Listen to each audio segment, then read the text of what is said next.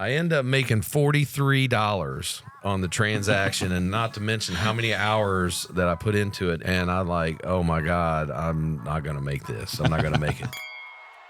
Hello, everyone. This is James Harper from this week's episode of the Real Estate Halftime Show, where we're going to talk with a very special guest in our secret headquarters in Hendersonville, Tennessee.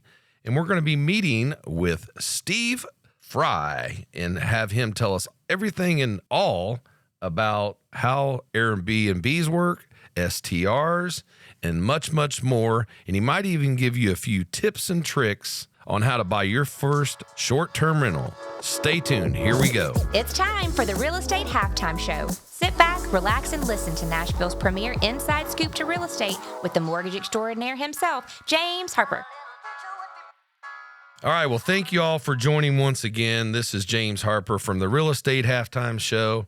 We're coming at you here again in our secret headquarters, and we have our guest in the studio today, Steve Frye from the Frye Group at Hive Nashville. Thank you for joining us today, Steve. Absolutely, James. Appreciate you having me. Yes, we're going to dive right in. So tell us how long you've been in the business, but first and foremost, I think as we were just talking before we got started here, no one just jumps into the real estate business. No one just jumps in the mortgage business and says, this is what I want to do for my career. We seem to somehow find it.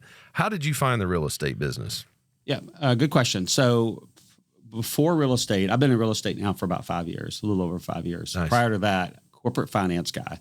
That's what I wanted to do when I got out of school. I actually wanted to be a stockbroker at one point, and then I ended up with an accounting degree and kind of went the finance direction. I was in finance for healthcare for 20 plus years. Easy gig for me. You know, I was a part of some really, really great companies along the way, healthcare companies in Nashville. Had a great time doing it, but there was always in the back of my mind, I wanted to do something different, more for myself.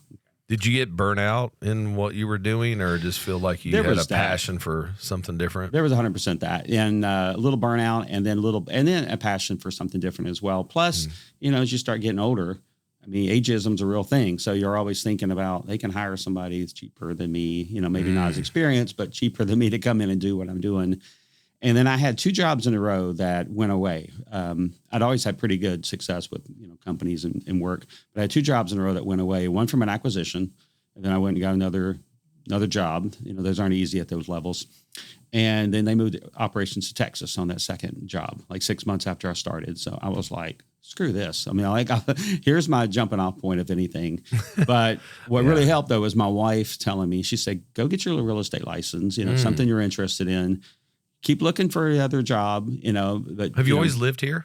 Pretty much. Or did you get moved here because of your pretty career? Much since I was 5 years old. I moved here from Charlotte, North Carolina. So my wife and I have been together since high school. I mean, high school sweethearts. Yeah, absolutely. We got so all these long-term things. Been in Nashville forever. Been married forever. So anyway, yeah, she pushed me into to saying, let me go get my real estate license. Got it pretty quick. Hung my hat at Village originally, but you know, when you first start in the business, it's like, how can I separate myself? I mean, how can I create a niche? Because you learn pretty quickly when you get your license, unless you've got a daddy that's, you know, a builder or something. Yeah. I mean, you got to go get. You got to go hunt. Got to go hunt. You got to go get the business. So when you've got thousands and thousands of other agents, it's like, what separates me from the pack? And for me, it was my investor and finance background. So even though I probably didn't know exactly what everybody wanted, I knew that I thought like an investor, and I was an investor on other levels, and that I knew I could research and probably outwork people from that aspect. Well, I remember meeting you when you first got in, and like you said, it was about 5 years ago. And I remember you coming into my office, and you were literally just trying to figure out how to get to the restroom. I was green, man. Yeah. Yeah. But man, I tell you what, you've come a long way. You've done a lot of different transactions, a lot of unique transactions.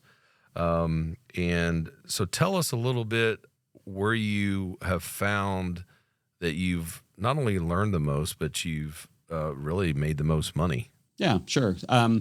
So it's all been with my primary crux of my business has been with investors. Now I still do a lot of residential. Residential's, fairly easy for the most part compared to like working with some of these investors, working on some of these development deals. So the residential take a long time. Yeah, exactly. So the residential stuff, not that any of it's easy. Real estate's hard on every level, but those deals are traditionally smoother for me than the investor stuff has been. But so I cut my teeth on the hard stuff early on. And some of that was, a big piece of that was me going out and just trying to understand what the market, what people were looking for, and then what the market was. So what I was happy about early on is realizing I didn't have to be a big cheesy salesman. I could just go out and find what people were looking for, go out and research the market and figure out where it's at, what things cost, how much rents were, where stuff's, if there's off-market opportunities, all those things, and just bring it to the people that I've been, connected with already, and deals started falling down. So my very first deal, my very first deal was at the, end of 2018. And I was like, okay, and it happened pretty quick right after I got my license. So I was like, oh, this is good. Got this down. It was like 5 more months before my next deal, but all this stuff was snowballing in the background. There were some offers that were falling apart. There were one transaction that, fell out of contract. So, March of 2019 was my next deal. And then it was $1 million a month after that. And then the next year, $2 million a month and $3 million a month. So it was all kind of compounding, and I kept working. You mean in loan volume? Yeah. Sorry. In volume. Or purchase price. Yeah. Yeah. And in sales volume for me. Yeah. If I was making $1 million a month that quick, I'd be switching over pretty quick. Didn't mean I'll tell you a quick story about mine. When I first got in the mortgage business, I thought, man, this is easy. I did my first doctor loan, made like $4,000. I'm like, how long has this been going on? Well, then the realism come into play on my second one when I grabbed a hold of one of these very seasoned investors you're talking about. Oh, yeah. And she chewed me to pieces over about a $50,000 loan for an investment property. I didn't know what I was doing. Oh, yeah. So I end up splitting it with somebody. I end up making $43 on the transaction, and not to mention how many hours that I put into it, and to mention the grief that this lady gave me. I think she knew I was green. Yeah. And I'm like, oh my God, I'm not going to make this. I'm not going to make it. Did you ever have one of those? Oh, 100%. Yeah. Where you just put all these hours in, and then you look at your paycheck and say, oh, what happened? Oh, yeah. Somebody must have forgot a zero or two. You not only, it not only doesn't materialize like you think it's going to be, but maybe at the end you have to give up something too. Yes. I've had that where I'm sitting at the table and had to all of a sudden chop my commission in half just to keep the deal together.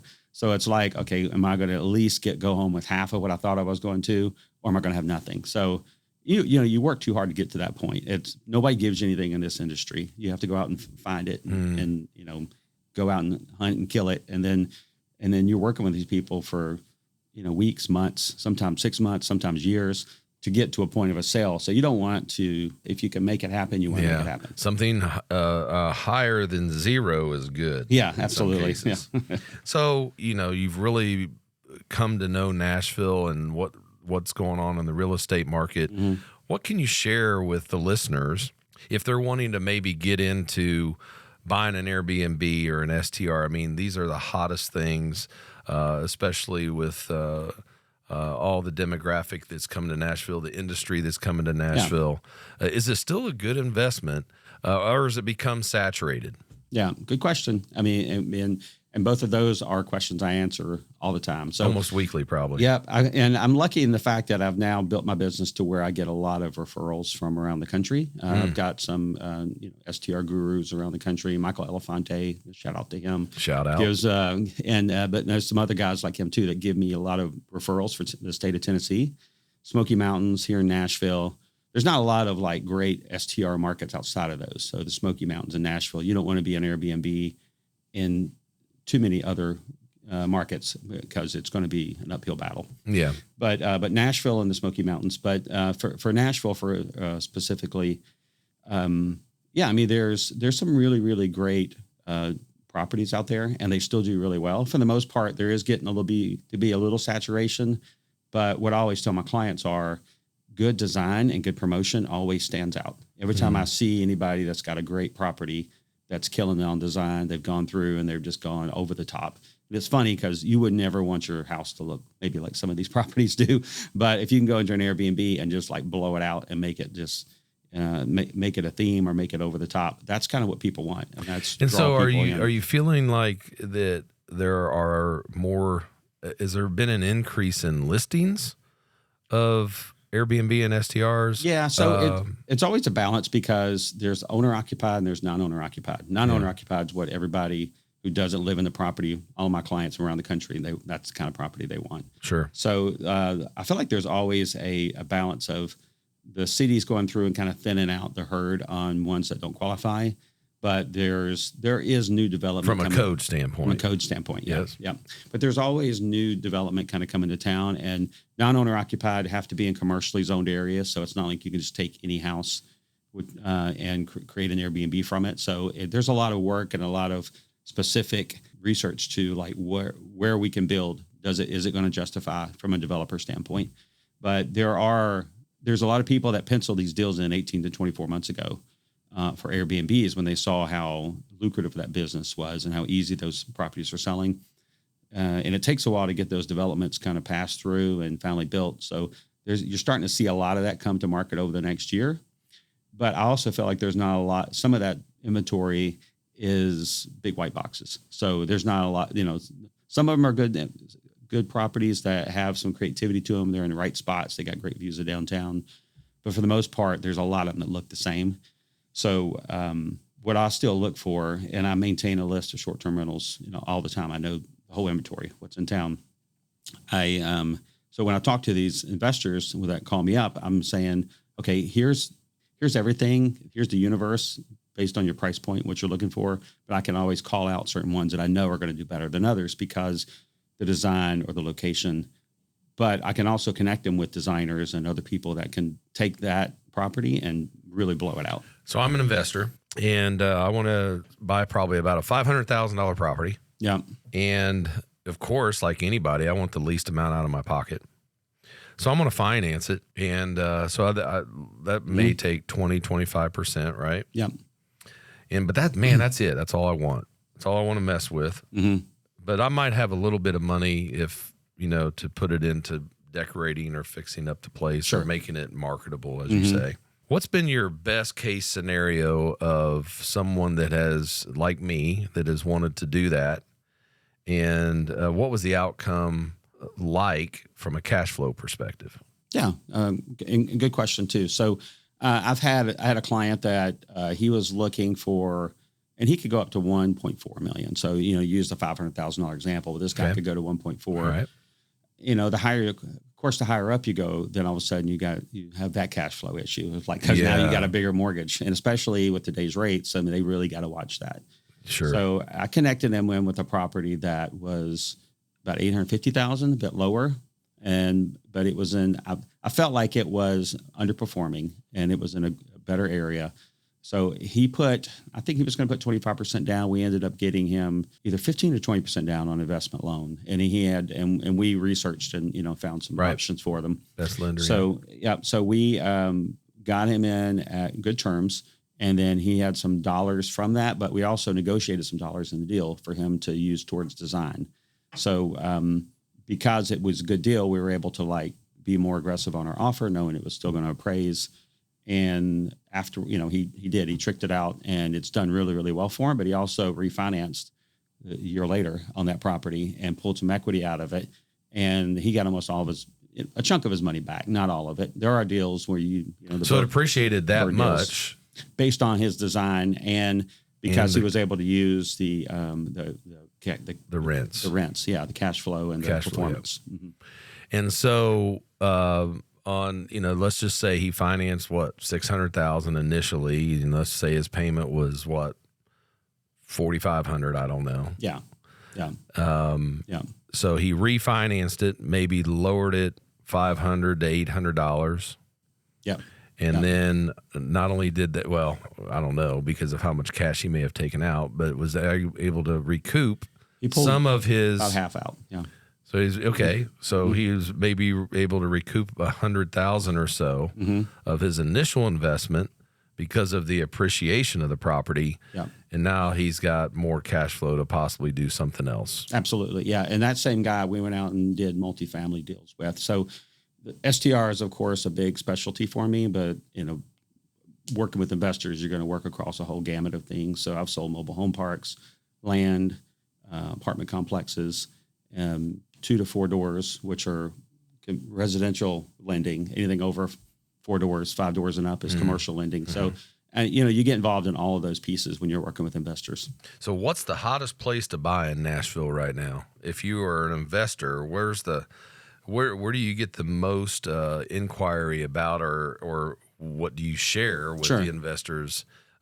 Is it the Trinity Lane area? Where are some of the hot spots? That's so from a revenue standpoint. I mean, the Gulch area is always going to be 12 South, and Gulch is always going to be probably the largest driver. Really? But those prices are also the biggest, and there's a lot of RM zoned properties over there. Which, for people that don't understand that piece of it, you can still get a short-term rental permit for those through an LLC transfer. It's a little more complicated. Kind of a grandfathered in situation. Yeah, it is. But and the lending's a little trickier. So you got to be ready to drop some money over there to justify the returns. But I see there's a lot of development happening, like you said, over in Trinity, over in Fern Avenue area, North Point, they kind of call it, and which is where River North is coming. They're moving the stadium over, all that River North development on the east bank. That's called River North. River North is going to be the development, and North Point's I think they're playing around on some naming of that area. They got to come up with something cool, like WeHo or something for that area, because that always is important when you're to kind of tagline. That's going to be massive. An area. It's going to be massive over there when they get all that done. But you're seeing there's a lot of commercial zoning there, so that's the first piece of getting short-term rentals. It's got to be commercially zoned. But there's also just a lot of focus there now, because I think a lot of people realize as that gets developed, appreciation is going to be taken off. There's going to be a lot of just natural activity and bookings, not only from the popularity there, but maybe there's Oracle coming, and all those other companies are going to be having employees needing to stay places. So I'm seeing a lot of Oracle, a lot of action in that little pocket. So what's next for you?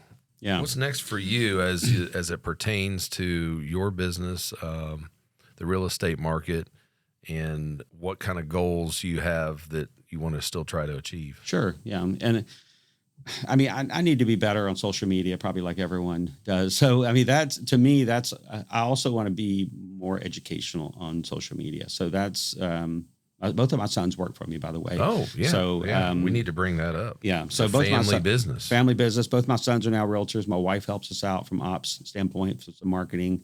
So we're all kind of working together on this. But I do a poor job. That makes a fun conversation at the dinner table, right? We never stop talking about work, and my wife reminds me about that. So it's hard to just cut it off sometimes. Quit looking at my phone. Yeah. But they're there to help support me, and I just need to do a better job leveraging those resources too.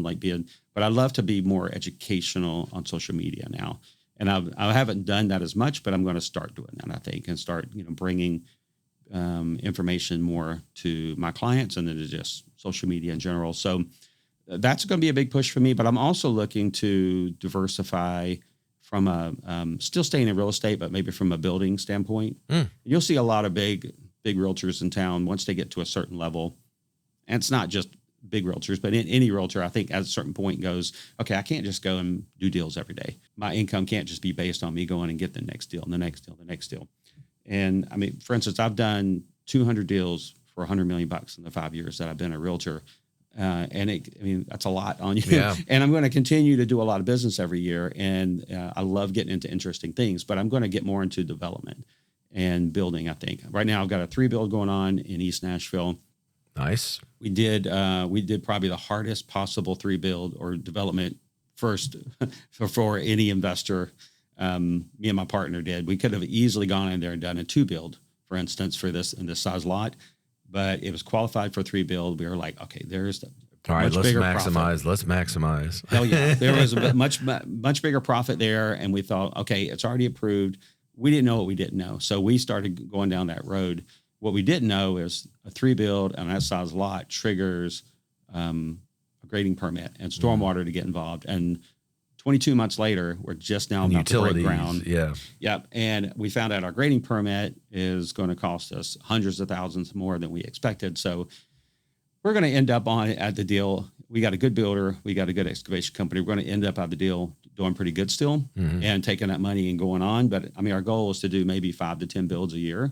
But it's going to be nice to have that as a diversification of our income, along with me selling. I also have several rental properties. So I mean, there's some money coming in there too. But, you eventually want to get to where you've got multiple income sources. I mean, I would tell any of my investors that, and I'm just now getting around to doing it myself. So, hey, yeah, better late than never, right? Yeah.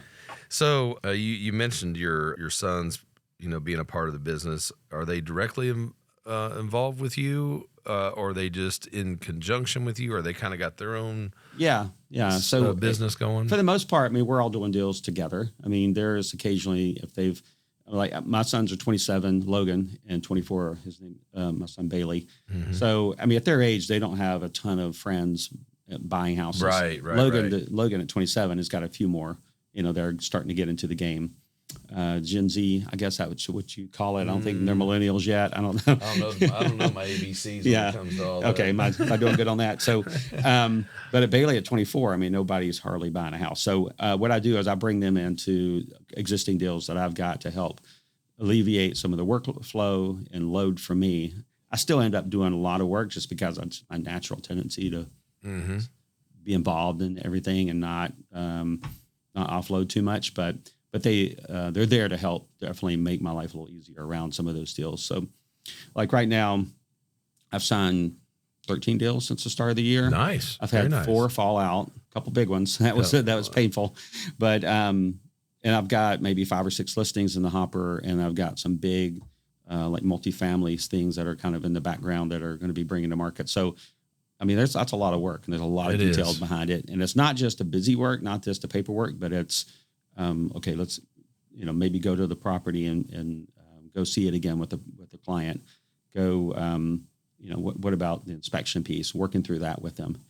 Just the daily communication, maybe with the other side and the lenders and the title company. So they're helpful with all those pieces. Well, I tell you what, I know you're extremely busy. I know that your time is valuable, and we definitely here, or I for sure.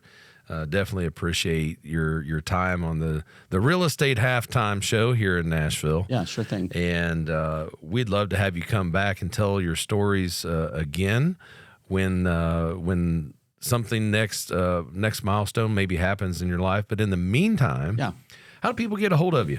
It's my cell phone number, 615-500-1175, 615-500-1175. I have an Instagram page, Nashville Steve Frye. Nashville Steve. Yeah. And then from an email standpoint, that's Nashville Steve.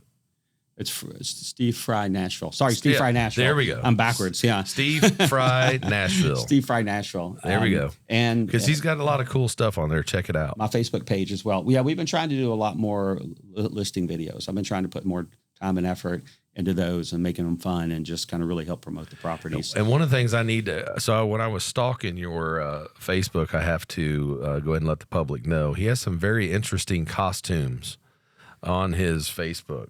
And I don't know, and I would like to hear the background or the backstory. These like old Halloween things? Yeah, or something? I guess I don't know what they are. I mean, I was like, oh, these are some interesting. So, anyways, that'll give you a reason to go visit his page and check him out. But listen, thanks for being on today. You've been awesome.